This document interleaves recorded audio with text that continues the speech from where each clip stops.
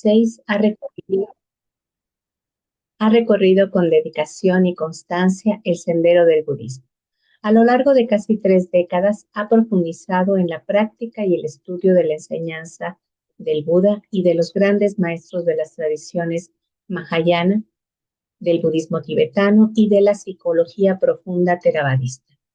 Su vocación lo ha llevado a traducir estas enseñanzas milenarias en un lenguaje claro, directo y accesible para las personas de nuestro tiempo. Es egresado de las carreras de Sociología y Economía por la UNAM y doctor en Estudios de la Población por el Colegio de México.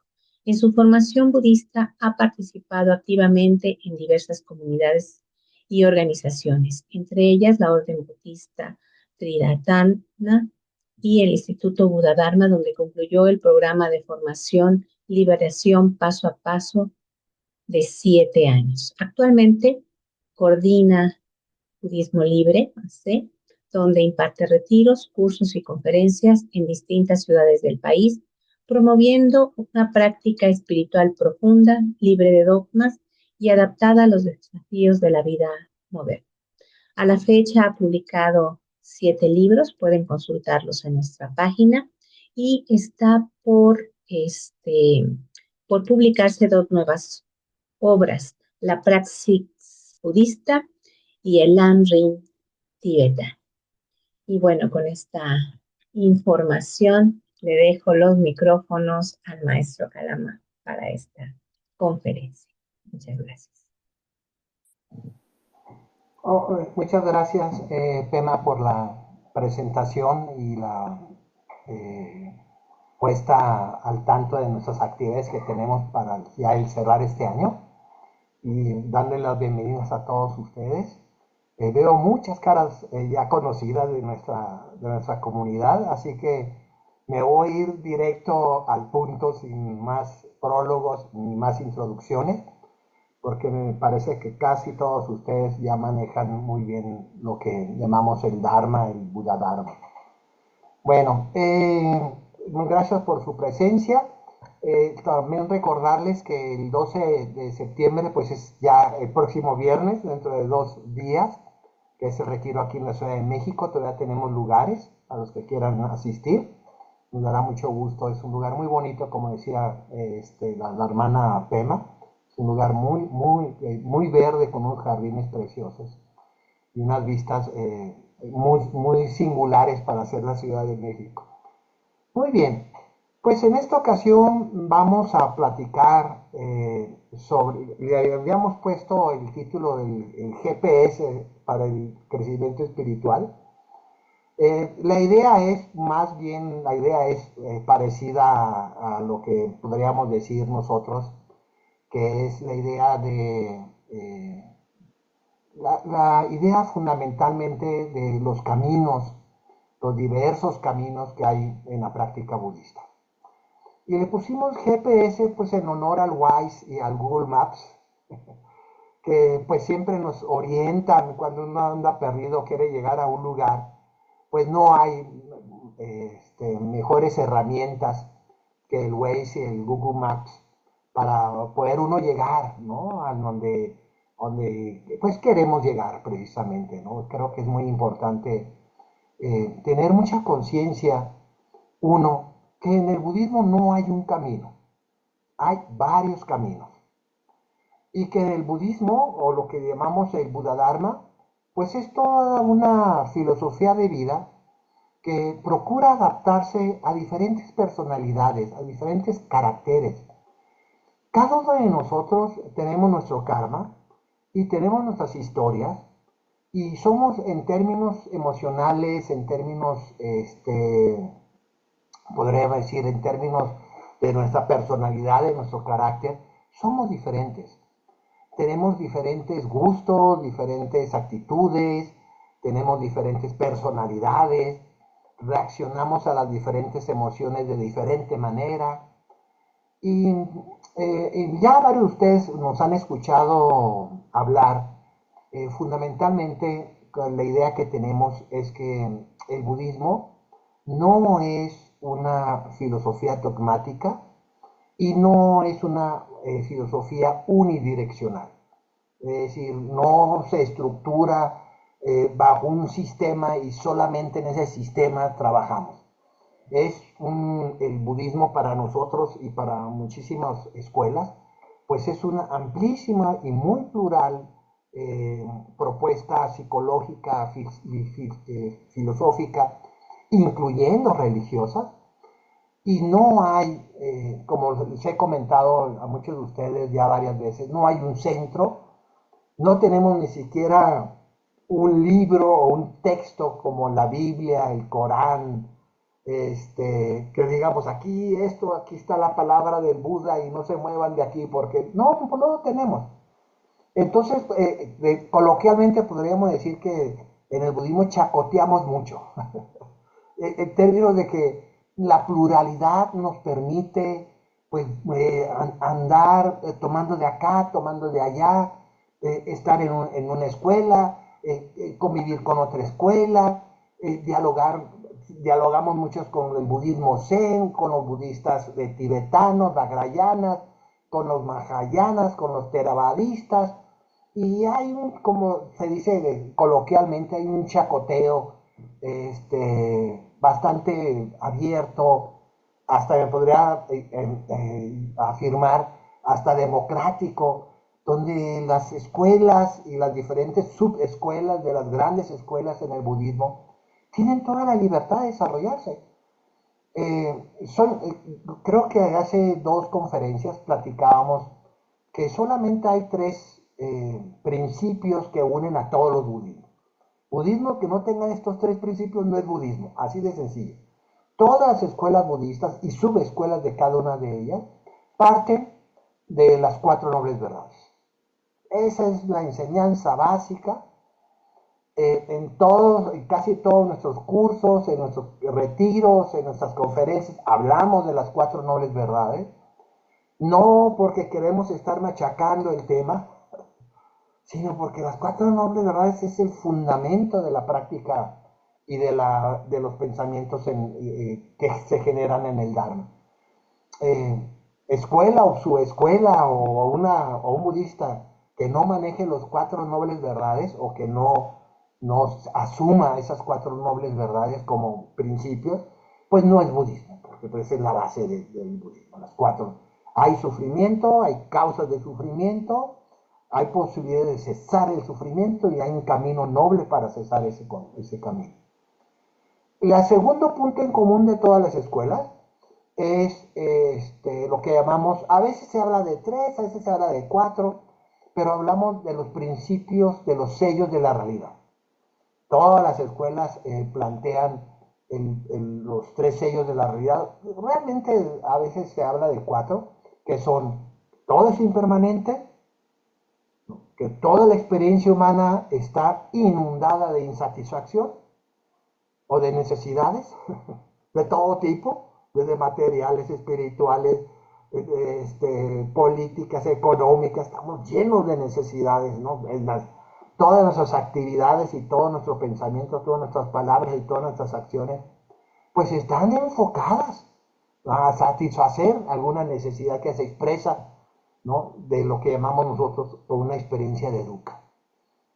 Y el tercer principio es el principio de la insustancialidad, es decir, de que todos los fenómenos condicionados que vivimos como en este mundo samsárico, son fenómenos que no contienen una identidad fija, permanente, eterna y definitiva. ¿No? Lo que se llama en nuestro lenguaje académico sunyata, ¿no? Le llaman sunyata. Y ese es el segundo principio.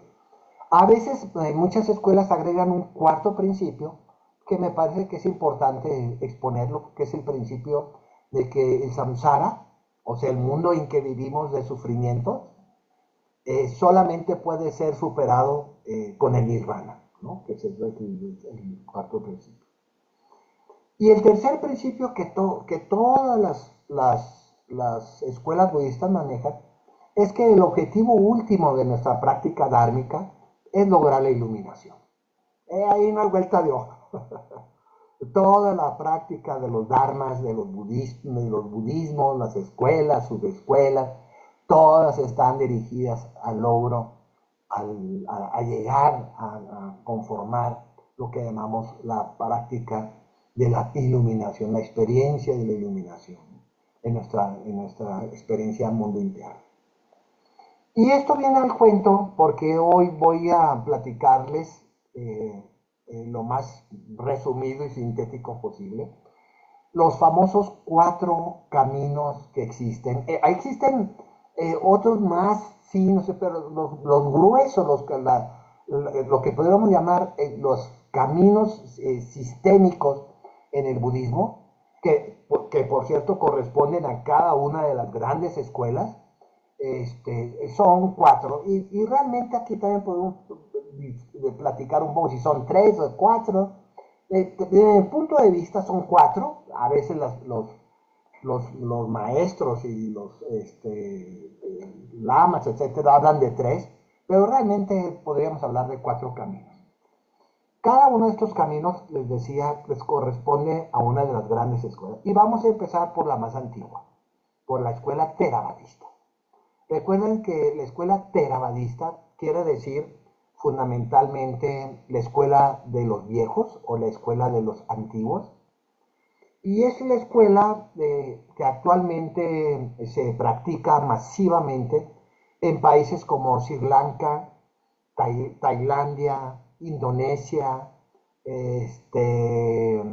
Myanmar, partes de Vietnam, partes de Corea son theravadistas. Y la práctica fundamental en términos del sendero que postula los theravadistas como el sendero que logra, cuando uno lo recorre de manera adecuada, que logra la iluminación. Todos los senderos están dirigidos a la iluminación, ¿eh? Es básicamente el noble óctuple camino. Este noble óctuple camino está representado exactamente por las 4 nobles verdades. ¿No? La 4ª noble verdad se llama noble óctuple camino. Y cada una de estas escuelas también, es muy interesante esto, cada una de estas escuelas también a su vez contienen lo que podríamos llamar las herramientas, tanto conceptuales como prácticas, que se utilizan para poder recorrer un camino. Tú cuando recorres un camino, para los que son caminantes, los que les gusta caminar las montañas, pues espero que no vayas descalzo, ¿verdad? Y que no traigas, tú cuando vas a recorrer una montaña o vas a recorrer un camino o vas a inclusive a correr una carrera de 5, 10, 20 kilómetros, etcétera, te preparas. Y no solamente te preparas, sino que llevas un equipo adecuado a ese camino. Bueno, cada uno de estos 3, 4 caminos tienen su equipo que se utiliza para poder transitar este sendero o este camino. En el caso de los theravadistas, el camino se llama las 3 grandes habilidades. Es la ética, el camino de la ética, que se llama Shila en sánscrito. Es el camino de la sabiduría, que en sánscrito se llama prajna, y el camino de la meditación, que en sánscrito se llama samadhi. A estas tres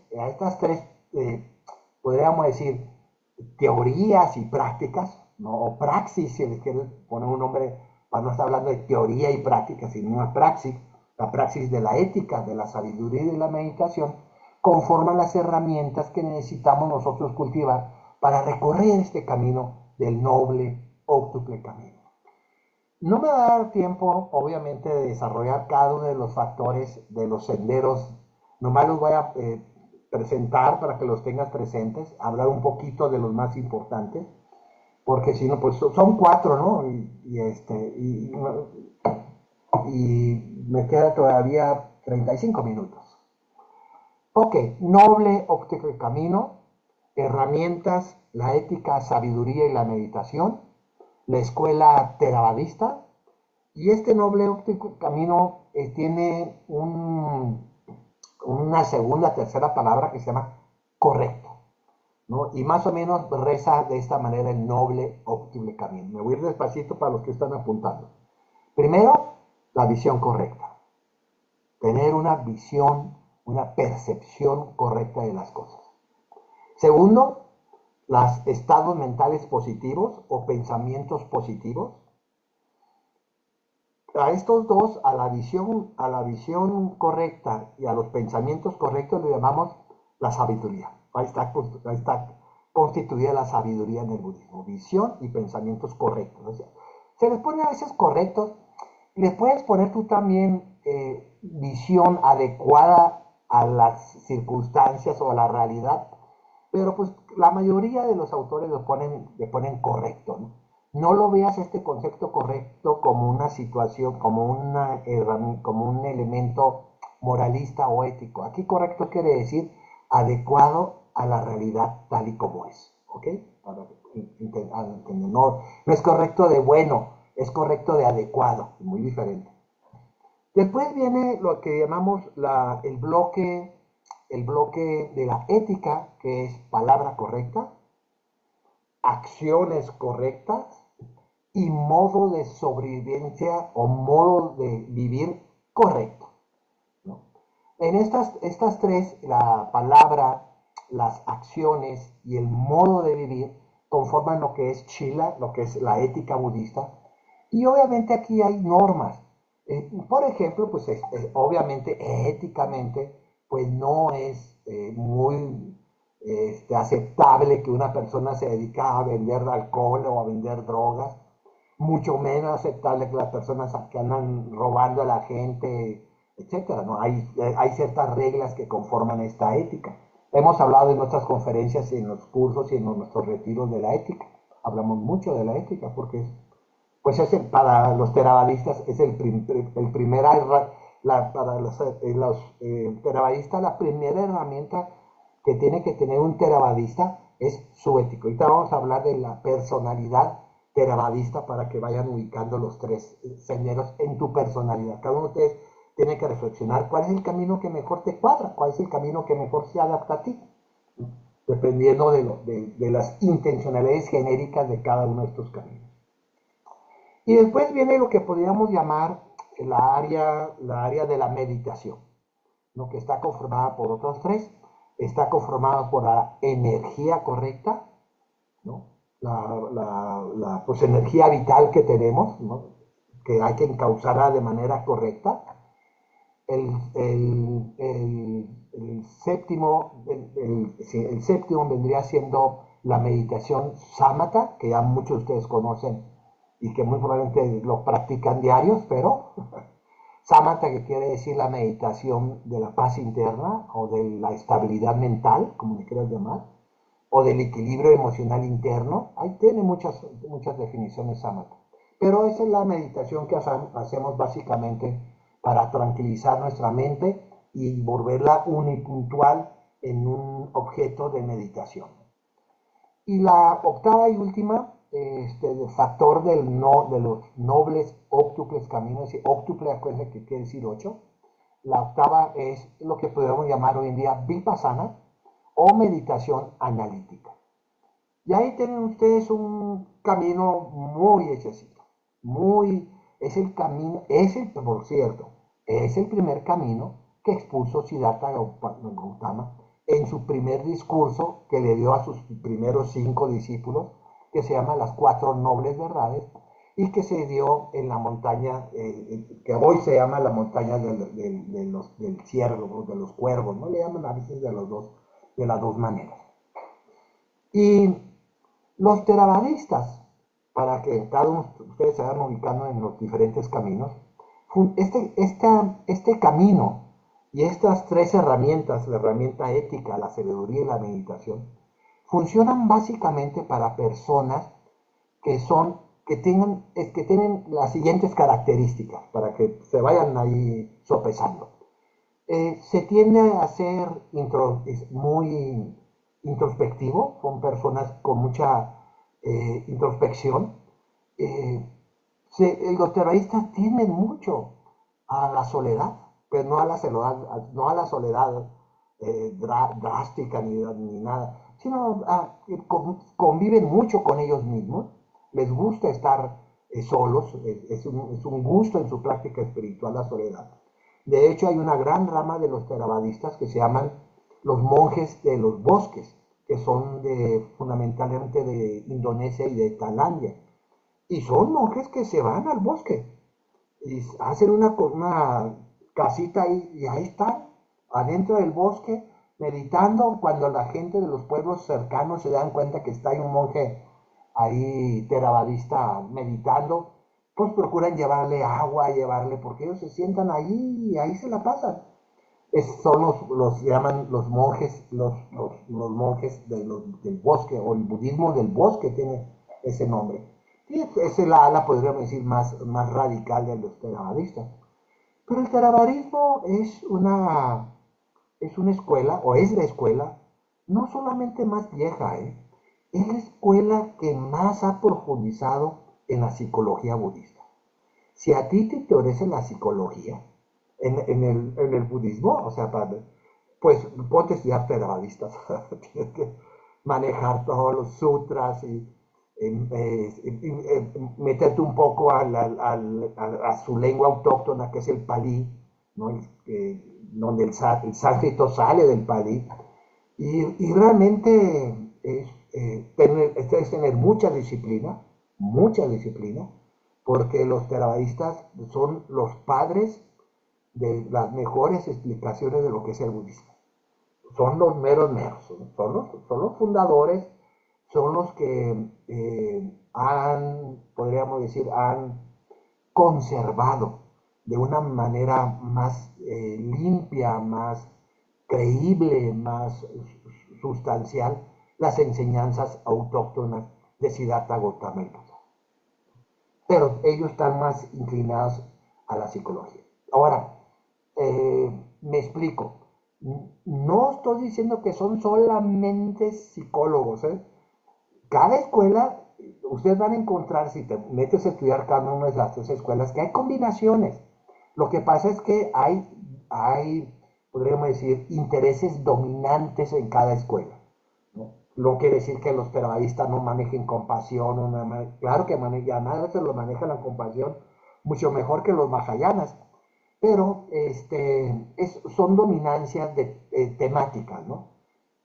Si a ti te interesa la psicología humana y entrarle a través de la visión budista, pues lo más recomendable es que le entres al noble óctuple sendero y sus tres herramientas, la ética, la sabiduría y la meditación, ¿no? Y te concentres más en los factores psicológicos que los mismos theravadistas a través de los siglos han construido lo que se llama el Abhidharma, ¿no? El Abhidharma quiere decir el sutra más allá del Dharma, que es es un texto, no es un texto, es una enciclopedia que estudia los factores mentales.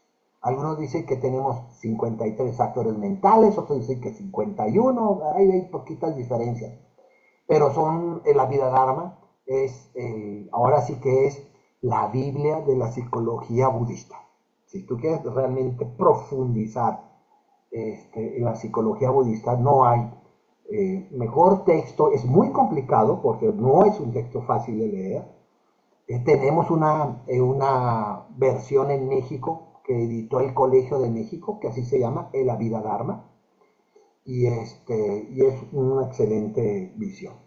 Bueno, este es el sendero, muy abocado a la introspección, al individuo y a la psicología de las emociones, de los sentimientos y de los pensamientos, y de la experiencia humana en términos de la experiencia individual. Después viene un segundo camino. Este segundo camino está coronado por lo que se llama hoy en día el Mahayana. Mahayana quiere decir, Maha quiere decir grande y Yana quiere decir camino. El Mahayana más o menos se comenzó a desarrollar 2 siglos antes de Cristo. Recuérdense que Siddhartha Gautama en budismo se inició más o menos 600, 700 años antes de Cristo.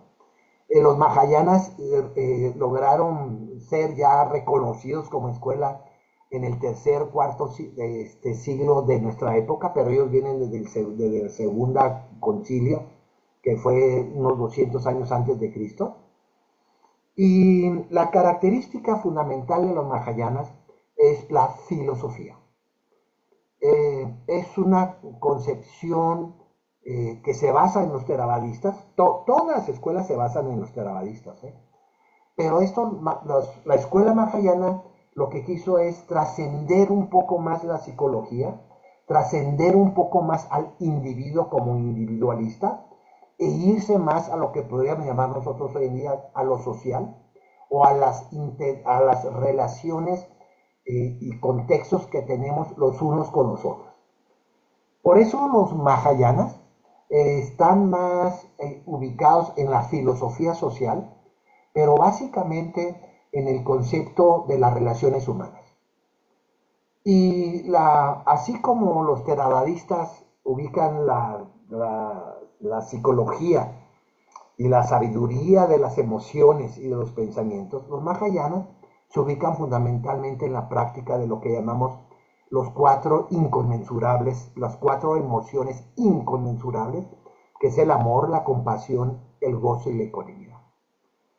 Y los Mahayanas han propuesto a través de los siglos un camino que hoy en día ya está muy consolidado, que es el camino que se llama las 6 paramitas. De hecho, algunos de ustedes seguramente conocen a una escuela, a una subescuela española que se llama Los Paramitas, ¿no? Que es un monje muy del red y del internet, ¿no? Y se llaman paramitas como un homenaje precisamente a los famosos 6 paramitas. ¿Cuáles son las...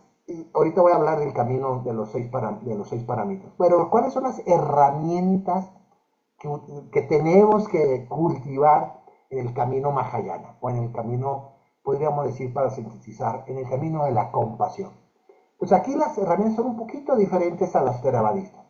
La primera se le llama disciplina. Y la disciplina aquí en Mahayana no solamente hace referencia a la ética, que es al comportamiento de nosotros, ¿no? También hace referencia al estudio, a la reflexión y a la meditación. Aquí disciplina es disciplina espiritual, ¿no? Claro que incluye la ética, pero incluye la disciplina. Tú eres un disciplinado. Pregúntate a ti mismo, ¿soy disciplinado en mis meditaciones? ¿De verdad medito diario? ¿De verdad leo algo del Dharma? ¿Tengo la disciplina? ¿Me levanto temprano para meditar? El Mahayana, lo primero que dice es, practica la disciplina. ¿Tiendes tu cama cuando te levantas? ¿O la dejas ahí todas extendidas? ¿Arreglas tus libros o los tienes todos tirados? ¿No? Hazte esas preguntas. La disciplina en el Mahayana ahorita van a entender por qué, es fundamental tener una herramienta como la disciplina. La segunda herramienta que utilizan los Mahayanas es la herramienta que le llamamos bodhicitta. Bodhicitta es un concepto que sintetiza la idea de que la mayoría de los Mahayanas quieren lograr la iluminación no nomás para salvar su pellejo, sino quieren lograr la iluminación para poder ayudar a todos los seres sintientes. Eso quiere decir bodhicitta. Bodhicitta quiere decir mente iluminada cuya intención de esa iluminación es ayudar a los demás. Y eso se llama bodhicitta. Hemos también hablado en otras conferencias, en otros retiros, en otros cursos, mucho de lo que es la bodhicitta. Realmente tenemos ahí un acervo muy amplio de lo que es la bodhicitta. Ahorita nomás la entendemos simplemente como una herramienta necesaria que necesitamos desde un punto de vista de la escuela mahayana para el logro de la iluminación al realizar de manera completa los 6 parámetros. Y la tercera herramienta de los Mahayanas, que se va a conectar con los Vajrayanas, que ahorita vamos a ver en el tercer camino, es la herramienta llamada vacuidad. En el Mahayana se dice un poco diferente.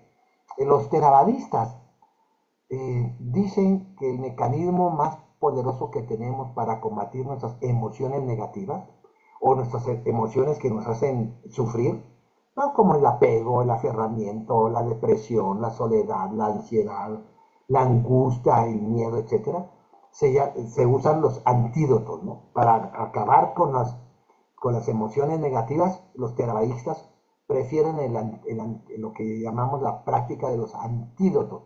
Si le pones a una emoción X, le pones una emoción contraria pero positiva. En cambio, para los Mahayanas, la herramienta más poderosa que se tiene para destruir de raíz todas nuestras emociones sufrientes se llama entendimiento e introspección de lo que es la vacuidad, de entender las cosas tal y como son. Y esas son las tres grandes herramientas de Mahayanas: disciplina, bodhicitta y vacuidad.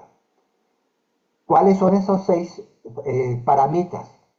Y, o sea, ya tenemos la herramienta, ya tenemos la idea fundamental de los Mahayanas, que es la filosofía social, o la filosofía, para no meter ese concepto de social que a veces puede hacer mucho ruido, la filosofía de cómo nos relacionamos con los demás, cuál es el contexto en que estamos entre el yo y los demás, el yo y los otros, ¿no? En ese mundo puedo decir, de las relaciones personales y de las relaciones solamente sociales, familiares, de parejas, de amigos, de enemigos, de desconocidos, pues todo el mundo que vivimos, y más si vivimos en ciudades, se intensifica mucho estos modos de vivir social.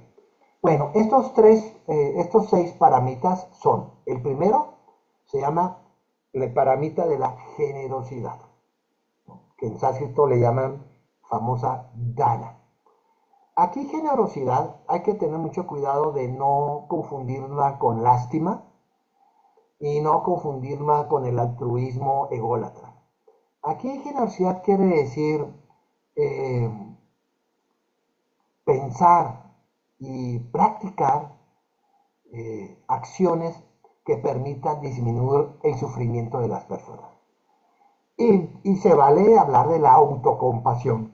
También tú, como persona, pues tienes que pensar cuáles son las causas y cuáles son las condiciones que te permitan salir de X o de Y sufrimiento que estás experimentando, una situación, un problema, un conflicto, un dolor, inclusive una enfermedad, una pérdida, una depresión, una ansiedad, etc.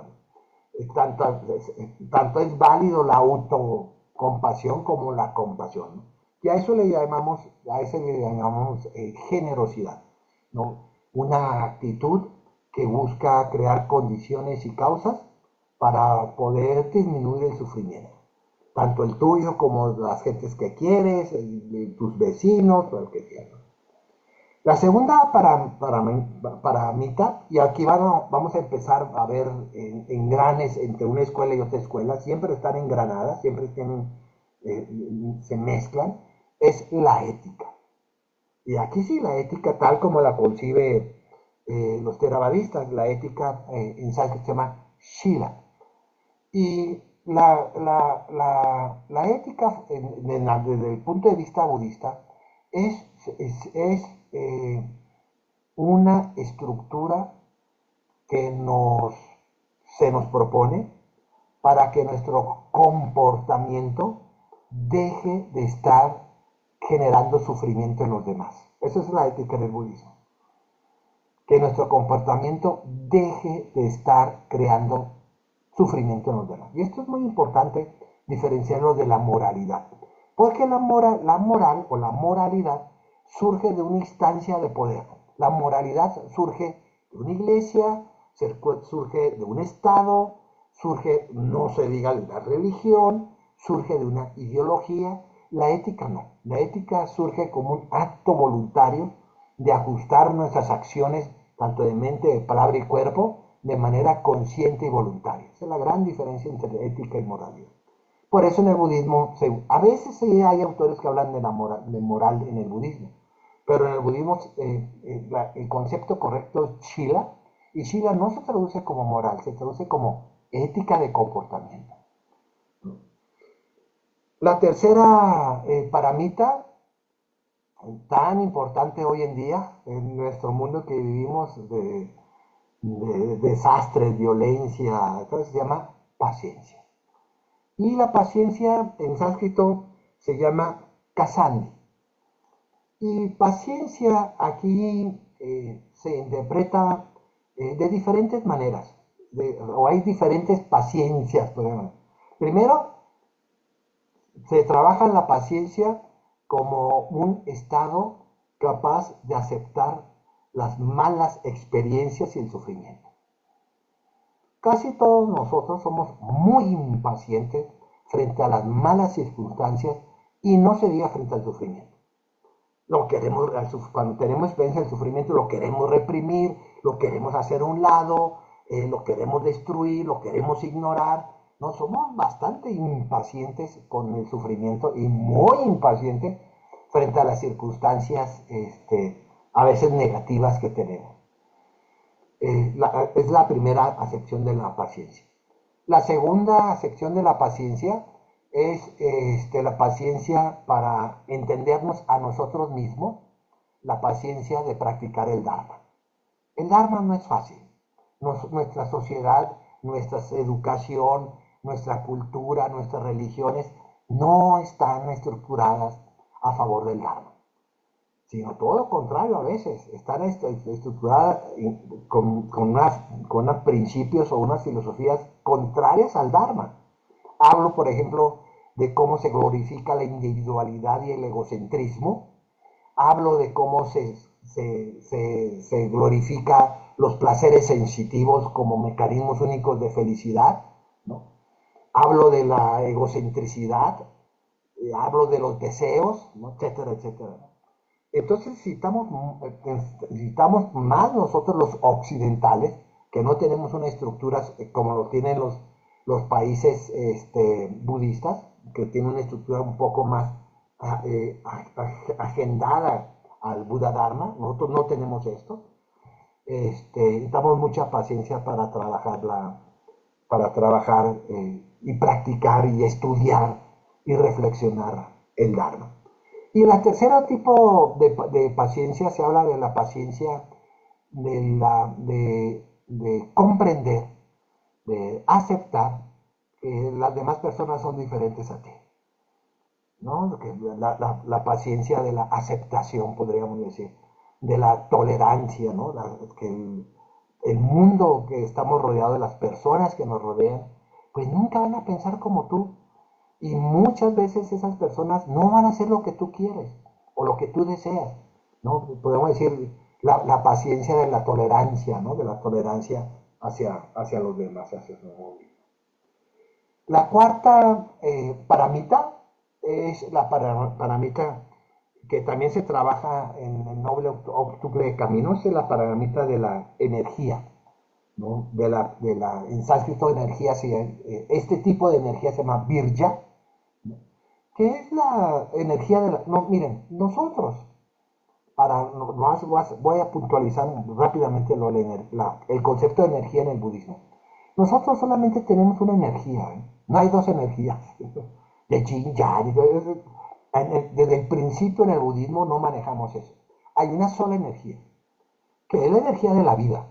Es lo que nos permite estar ahorita todos nosotros concentrados en este Zoom, y yo platicando, porque tenemos energía que nos permite estar oyendo, estar reflexionando, estar tomando un tecito, estar atento y después me desatengo y ando ahí, ay, ¿qué voy a cenar? No hice nada y ando ahí. Pero estás en si esa energía conecta con una emoción y con un pensamiento positivo, es una energía positiva. Si esa misma energía conecta con un pensamiento o una emoción negativa, se vuelve una energía negativa. No hay dos energías, ¿eh? Esas dos energías surgen de una energía que es la energía de la vida, de la existencia, ¿no? Pero dependiendo de cómo fluye en tu experiencia esa energía, se vuelve positiva. Y también hay una tercera, pues la energía neutra. A veces nuestra energía vital conecta con un pensamiento neutro, conecta con una emoción ahí media chafa, media tranquila, y pues no te hace ninguna reacción, ¿no? De realmente eso. Y para la práctica de los 6 paramitas, la energía es muy importante, ¿no? La práctica básicamente de Mahayana en estos términos es evitar que las energías vitales conecten con pensamientos y emociones negativas y cultivar y desarrollar que esta energía conecte con pensamientos positivos y emociones positivas. Por eso en Mahayana se estructura a través de las emociones positivas, como son el amor, la compasión, el gozo y la ecuanimidad. Después viene la quinta paramita, que también se conecta con los theravadistas, que es la práctica de la meditación. Pero aquí la meditación tiene un poco de diferencia con los theravadistas. Aquí la meditación básicamente se llama dhayanas, y las dhayanas quiere decir que es una meditación que combina al mismo tiempo la estabilidad mental y la capacidad analítica meditativa. Y fundamentalmente la meditación mahayana está dirigida a destruir las bases de las emociones negativas y a estar cultivando constantemente las emociones positivas a través de la meditación. Y aquí es un poco diferente a los theravadistas la práctica de la meditación. De hecho, se los comento así rápidamente. De hecho, en el budismo hay 4 grandes, no me voy a detener en esto, nomás se los voy a presentar. Hay 4 grandes familias meditativas, le llamamos, o sistemas meditativos. Es el primer sistema que para muchos de nosotros es el más importante, es la meditación en la compasión. El segundo gran sistema es el sistema del sistema de desarrollar la sabiduría a través de la meditación. El tercer gran sistema es desarrollar la virtud o las capacidades virtuosas a través de la meditación, como pueden ser la paciencia, la tolerancia, el cariño, la empatía, la solidaridad, etc. Y la cuarta y última familia o sistema de meditación es lo que podríamos llamar nosotros la meditación en la concentración, que muchos de ustedes trabajan. Cuando trabajan la meditación en la concentración de una respiración, o la meditación a través de una vela prendida, o de una imagen santa, o de una flor, ¿no? Dependiendo ahí de lo que. La meditación de Mahayana está dirigida fundamentalmente al desarrollo del sistema de la compasión y del desarrollar a través de la meditación pensamientos, emociones y actitudes y acciones que estén estructuradas dentro de lo que podemos llamar nosotros el sistema virtuoso, ¿no? de nuestras acciones. Y el sexto y último paramita es el paramita de la sabiduría, que ya habíamos comentado que se llama prajna. Está aquí en el Mahayana, voy a retomar lo que decíamos al principio. Básicamente la sabiduría prajna en el Mahayana consiste en entender introspectivamente, intuitivamente, no nomás conceptualmente, sino también intuitivamente, emocionalmente y sentimentalmente, con lo que es la impermanencia, lo que es la insatisfacción y lo que es la insustancialidad. Muy difícil, ¿eh? Sí, podemos a veces entender, sí, cierto, pues todo es impermanente, sí, todo es insatisfactorio, pero que esos conceptos se vuelvan intuitivamente, se vuelvan parte de nuestros sentimientos, parte de nuestra experiencia intuitiva, nos cuesta muchísimo trabajo. Y esto es el camino mahayana. Si tú eres una persona con una característica muy extrovertida, un poquito contrario a los theravadistas que son más introvertidos, si a ti te gusta el ámbito social, estás en problemas, te gustan los temas de las adicciones, los problemas de la pobreza, de la injusticia, los problemas de los derechos humanos, pues lo tuyo es lo mahayana. si te interesa a ti, si tu experiencia de vida te ha llevado mucho hacia esos temas, a esos rincones de la sociedad, y trabajas en tu colonia y estás metido en dos, tres clubs que ayudan a esto, y ayudan a lo otro, y apoyas a los niños con cáncer, y protestas, y pues vete a los Mahayanas, ¿no? Ahí están las principales utopías del budismo, y ahí está toda una estructura. Si te gusta, no sé, la ecología, si te gusta luchar por los derechos de los animales, si te gusta componer la sociedad, y te peleas cada rato con tu familia, con tus vecinos, porque tienen la basura, porque no organizan bien las cosas, vete con los Mahayanas. El carácter Mahayana es un carácter muy social, es un carácter de mucha cooperación, de mucha sociedad, de mucha ecología, tanto con la naturaleza como ecología humana, ¿no? Y es un camino muy padre, muy bien armado, ¿no? Por los Mahayanas, las 6 famosas paramitas, que constituye todo un camino. Si se dan cuenta, está engranado con los theravadistas, está engranado con la energía, está engranado con la meditación, está engranado con la, eh, este, con la sabiduría, pero cada una de las escuelas le da su impronta a estos conceptos diferentes. Déjenme ver cuánto. Pues ya me queda muy poquito. La, la, la tercera escuela, eh, que muchos de ustedes ya han conocido, es la escuela que se llama Vajrayana. Coloquialmente y malamente, yo digo, se le llama el budismo tántrico, que fundamentalmente, por cierto, los Mahayanas, se me olvidó los países. Los Mahayanas están fundamentalmente ubicados en lo que es el sur de Rusia, lo que fue Irán, Irak, todo ese Medio Oriente fueron Mahayanas, y después vino los musulmanes y desaparecieron los Mahayanas. Pero hay muchos Mahayanas hoy en día en Japón, en la misma India, hay muchos Mahayanas. En nuestros países occidentales, el budismo Zen es parte de los Mahayanas. Los occidentales, la escuela más fuerte, tanto en Europa como en América Latina, son los Mahayanas. Fundamentalmente la versión Zen y la versión tibetana de los Mahayanas. Después viene el tercer camino, que es un camino, se los digo de una vez, el camino, podríamos decir, más religioso, más cosmológico.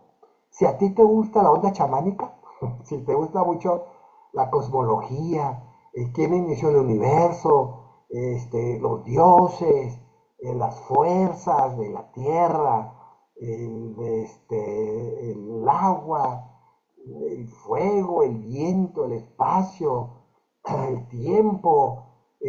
Si te gusta esta área, podríamos decir, de la cosmología, por llamarle, donde podemos meter religión, podemos meter chamanismo, podemos meter ritualismo, podemos meter todo este tipo de conceptos, pues tu línea son Vajrayanas o tántricos. ¿Qué es el Vajrayana? Vajra quiere decir diamante y Yana quiere decir camino. Los Vajrayanas o los tántricos, entre comillas tántricos, están fundamentalmente, es un camino que se llama el camino de los 5 niveles, y aquí hay otras 3 herramientas que parecen a las otras que hemos visto, pero un poco diferentes también, se manejan un poco diferente. Las 3 herramientas que citamos para surcar, para desarrollar el camino tántrico Vajrayana, el primero de ellos se llama votos, así se dicen, que puede ser una combinación entre ética y disciplina. Votos quiere decir que las personas vajrayanas se establecen a través de una serie de preceptos que se llaman votos, y que esos preceptos van configurando una estructura, una personalidad que se llama Mahasiddhas. Estoy hablando de Vajrayanas, ¿eh? Hay votos. Hay votos que se llaman votos tántricos, hay votos del bodhisattva, hay votos de los laicos, hay votos de los monjes, hay votos de las monjas, o sea, se llaman votos. Ellos no hablan mucho de ética y no hablan mucho de disciplina, porque para ellos lo más importante es la práctica del voto. Cuando, ya espero que ninguno de ustedes fume, pero para los que fumamos, ¿no? Y dejamos de fumar, cuando tú tomas la decisión de dejar de fumar, haces un voto, dices, ya no voy a fumar, ese es un voto, ¿no? Y lo tratas de cumplir. Los votos son una determinación de cambio de conducta que te permiten a ti dirigirte espiritual o humanamente o existencialmente hablando a un proyecto que tú previamente has definido. Yo ya no quiero fumar, hago el voto de no fumar. Si eres una persona mentirosilla, si te gustan las mentiras, y vas a un curso, y vas a un retiro y sales, no, ahora sí ya tengo que dejar de decir mentiras, pues hazte el voto de ya decir la verdad y dejar de decir mentiras. Y tomas esa decisión, ya voy a evitar, porque a veces la gente decimos mentiras de una manera muy natural, como lo hemos hecho tantas veces que nos sale muy natural las mentiras. Entonces, no, ya me voy a poner a fijar y voy a hacer el voto de ya no mentir. Y ya haces el voto. Esa la primera herramienta que se usa en los Vajrayanas. La segunda es una herramienta un poco más complicada, pero ahorita les voy a decir por qué se usa esta segunda herramienta. Se llama la herramienta de la vacuidad del yo. Los Vajrayanas basan su experiencia, basan su enseñanza, y esto escúchenlo bien, porque hay que tener mucho cuidado con el trabajo de los Vajrayana, en que nosotros no existimos como una identidad fija, permanente y sólida. Y que esto que creemos que lo que somos es una barbaridad, es un engaño y es una alucinación. Los Vajrayanas dicen ellos que su camino es el camino del final. ¿Qué es esto? Mi camino es el camino del final. Es que en vez de empezar de 0, empiezas de 10. Y entonces hay una práctica que se llama la práctica de la asimilación o la práctica de la iniciación. Y un Vajrayana dice, yo ya soy Buda, yo ya soy el Buda de la compasión. No voy a tener yo un camino para llegar a ser el Buda de la compasión, no, yo ya soy. Y entonces empieza, se llama Samaya, y empieza a comportarse ya y a pensar y a hablar y a sentir como el Buda de la compasión, ¿no? Los Vajrayanas empiezan por el final. Esa es su idea, ¿no? Por eso se dice que la práctica del Vajrayana requiere forzosamente la asesoría y el cuidado de un maestro cualificado altamente, porque muchas personas que se meten al Vajrayana sin un cuidado psicológico, filosófico y religioso, cuidado, pueden terminar en la locura o pueden terminar perdidos completamente. Y eso ha pasado mucho en el Vajrayana, ¿eh? Terminan en las drogas, en la ayahuasca, terminan. No, pues es un desastre.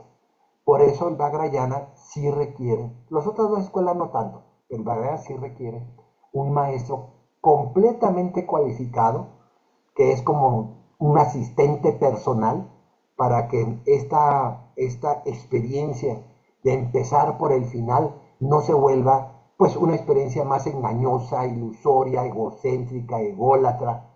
No, yo ya soy, yo ya llegué, yo ya estoy iluminado, etcétera, etcétera. Y se usa la vacuidad del yo como una herramienta de decirte, es que tú no eres lo que crees que eres, tú ya eres Buda. Y ahí empieza siendo Buda, ¿no? Y pum, ahí se, por eso necesitamos mucho la vacuidad. Y la tercera herramienta que se utiliza en el Vajrayana es el Tantra. Miren, Tantra es un concepto que quiere decir tejer. No quiere decir Tantra, tejer una cosa con otra y juntar. La herramienta tántrica es la herramienta que teje esta visión de iniciar por el final a través de lo que llamamos los arquetipos de los diversos Budas y de diversos Bodhisattvas que se han construido. Los Vajrayanas vienen más o menos del siglo VI a nuestro tiempo. Se iniciaron en lo que es el norte de la India, cuando se fusiona el budismo con muchas religiones hindúes. Ahí es cuando surge el Vajrayana. Y tienen toda una configuración. Si alguno de ustedes ha estudiado al Vajrayana, pues vas a encontrar que hay un montón de lo que se llaman arquetipos budaicos, ¿no? Y donde las personas se van ubicando según las indicaciones de su maestro cualificado para ello. Te vas ubicando en un tipo de Buda o en otro tipo de Buda dependiendo de tu personalidad y de tu karma previamente ya analizado, tanto por el discípulo como por el maestro. ¿Cuáles son estos 5? ¿Cuál es el sendero Vajrayana? Es muy interesante, van a ver, es un poquito más diferente al Mahayana y al Theravadista, pero va a tener también ciertos amarres con las otras dos escuelas. Los 5 niveles o los 5 pasos hacia la iluminación del sendero Vajrayana es uno. El primero se llama acumulación. ¿A qué se refiere acumulación? Se refiere que un Vajrayana, el primer paso es acumula méritos positivos, crea karma positivo. Es decir, aquí estamos hablando de nuevo de ética y disciplina. Necesitas dejar de crear karma negativo y empezar a acumular méritos positivos, que es lo que se llama karma. Así se llama. El karma positivo es lo que llamamos los méritos. Y si lo quieres poner coloquialmente, pues lo puedes poner como la buena vibra. Construye acciones de mente, palabra y cuerpo que produzcan una buena vibra. Una vibra bondadosa, paciente, tolerante, tierna, tranquila, sabia, hábil, ¿no? Eso se llama, el primer nivel es el nivel de acumulación de méritos. El segundo nivel, este nivel es interesante porque creo que las otras dos escuelas fallan un poquito en esto.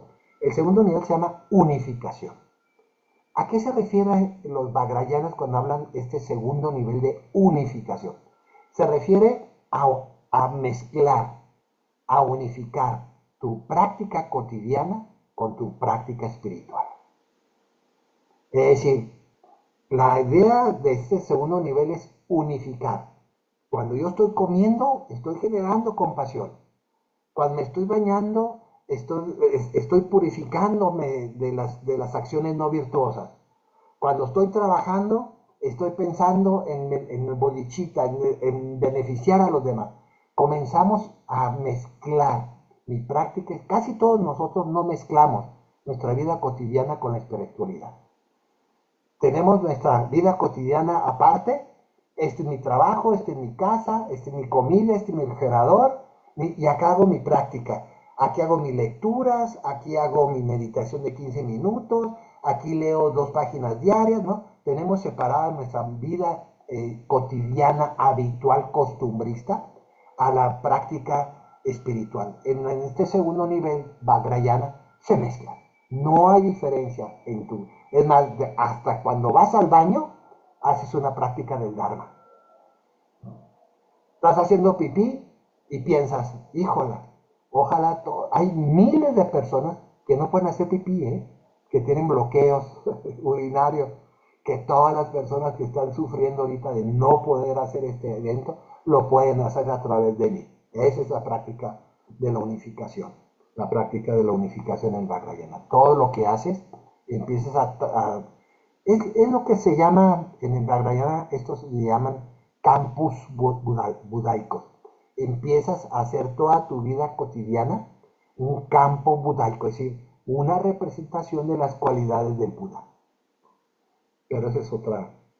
El tercer nivel, primero empezamos con el nivel de la acumulación de méritos positivos, unificamos nuestra espiritualidad con nuestra vida cotidiana. El tercer nivel, empezamos a construir una visión correcta de las cosas.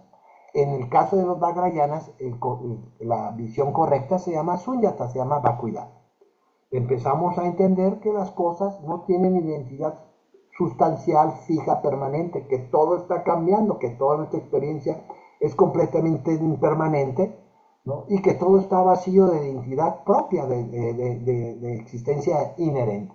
Es comenzar a tener una visión correcta que se llama una visión de la vacuidad. Después viene el cuarto nivel, que ese nivel podríamos decir ya pre-iluminado, previo a la experiencia nirvánica, que se llama, aquí se llama meditación. Pero aquí la meditación tiene algo diferente, algo muy diferente a la meditación mahayana y a la meditación theravadista. Aquí meditación quiere decir, vive la experiencia de la vacuidad en tu vida cotidiana. La vacuidad ya no es solamente un concepto, ya no es solamente una comprensión, un entendimiento. Comenzamos a vivir tanto interna como externamente la experiencia de la vacuidad. Y esa vivencia de la experiencia de la vacuidad garantiza romper de raíz todas las causas y condiciones que nos producen las aflicciones emocionales y todas las causas y condiciones que producen nuestra ignorancia de cómo son las cosas en realidad. Este cuarto nivel podríamos decir es el nivel ya de una trascendencia de la conciencia cotidiana a la conciencia trascendental, podríamos decir, a la conciencia espiritual, podríamos decir.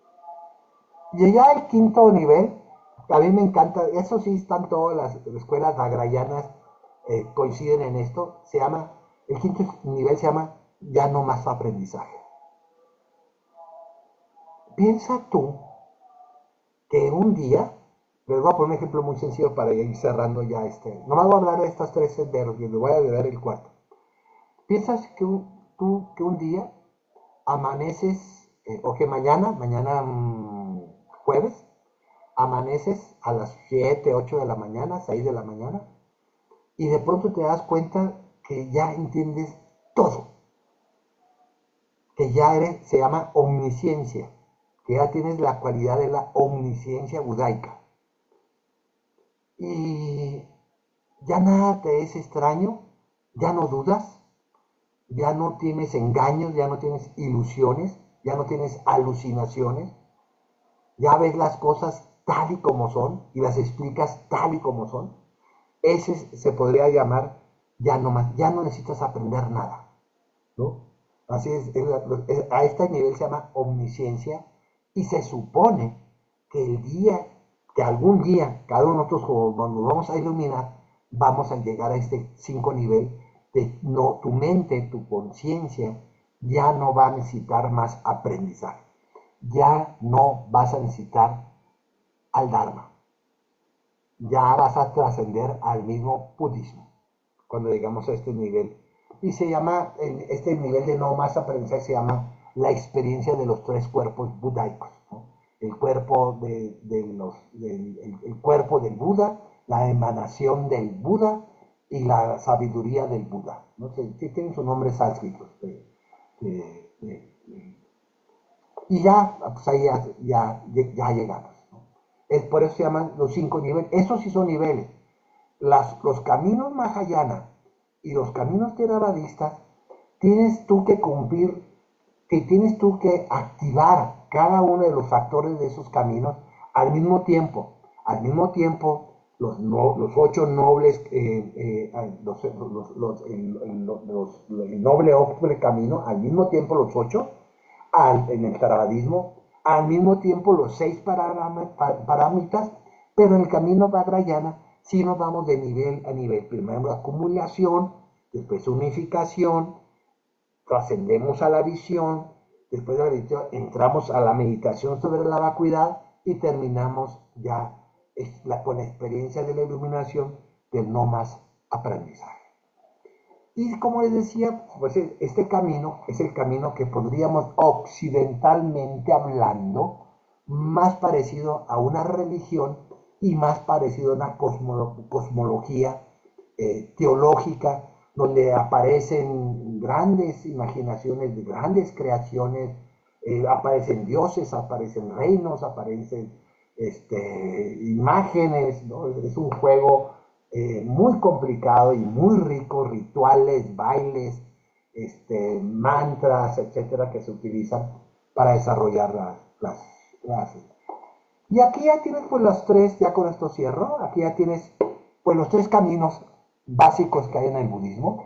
Los theravadistas en términos de una percepción más psicológica de la experiencia de vida, los mahayanas en términos de una experiencia más filosófica, más relacional, y los nagrayanas con la experiencia más cosmológica, más religiosa en sus prácticas y en sus, podríamos decir, y en sus enseñanzas tácticas. ¿Cuál te conviene más? Pues tienes que conocerte. Tienes tú que sentarte y decir, híjole, a ver, por dónde me voy, ¿no? Tengo estas posibilidades, reflexionar tu pasado, reflexionar tu presente.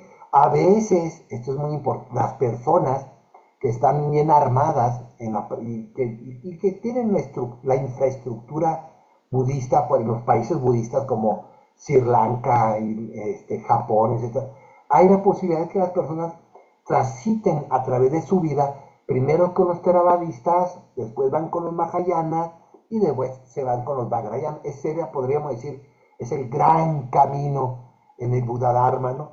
Pero en Occidente no tenemos las condiciones tan favorables todavía hoy en día para hacer ese recorrido. Cada uno de ustedes tiene que pensar en tu vida actual, dónde me puedo ubicar mejor. Y quizá 10 años, 15 años, pues sí vas a poder cambiar de sistemas, si así te es pertinente, si así te es demandado por tu experiencia espiritual.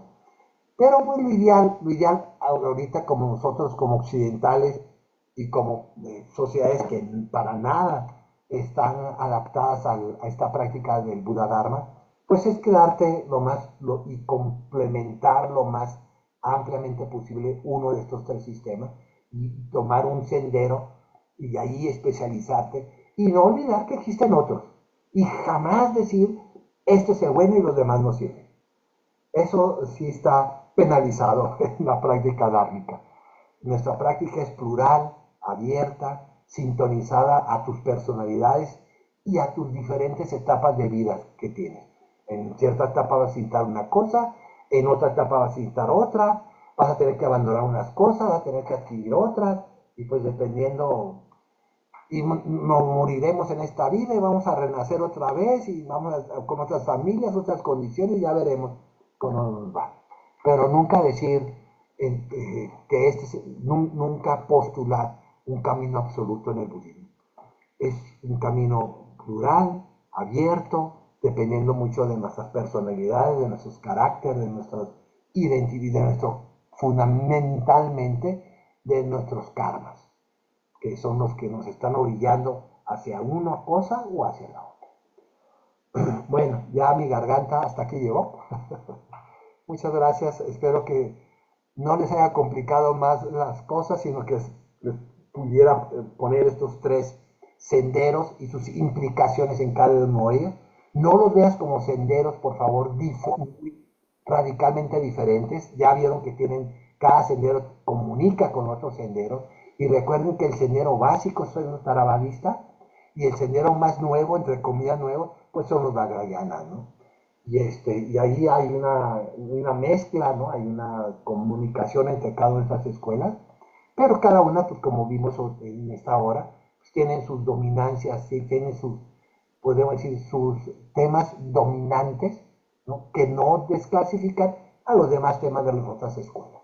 Muchas gracias y espero que les haya sido útil y práctico esta plática, que no es una enseñanza, es una plática. Gracias, ¿no? Te dejo la palabra, Pema, por favor. Pues muchísimas gracias a todos. No sé si tengan algún comentario, alguna pregunta para el maestro, háganlo saber reaccionando con la manita, abriendo su micrófono, por si tienen algún comentario o duda con el maestro Calán. Sí. Maestro, ¿qué tal? Buenas noches. Oye, Calama, nada más es un comentario. Ahorita tomando ahí alguna nota en cuanto al voto de unificación en el Vajrayana, pues digamos que sería muy parecido a la práctica en el budismo Zen, ¿no?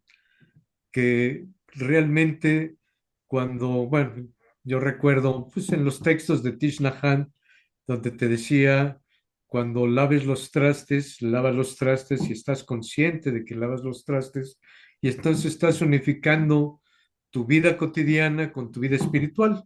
Entonces es simplemente un comentario, ¿no? Sí, mucho de la práctica de Thich Nhat Hanh, de la orden interser, conecta con esta práctica de la unificación de los Vajrayanas. Pero toda la escuela de Thich Nhat Hanh es básicamente Mahayana. La idea es siempre estar conectada con los estados emocionales de la compasión y el amor. Por eso ellos se ponían el nombre de orden del interser, ¿no? Pero sí, sí se conectan, ¿eh? Sí, van a ver ustedes conectes de las escuelas. No sé si hay alguna otra pregunta o comentario. Pues bien, ahora que hay gran parte de nuestra sangha y muy pronto va a salir el libro del maestro Kalama de Landry, pues a ver si tenemos un curso de Landry ya con un texto, ¿verdad? Aquí ya comprometiendo a Kalama, ¿verdad? Sí, nos hace falta continuar con nuestra formación, nos hace falta esas clases y esta parte formativa, ojalá que lo considere, maestro.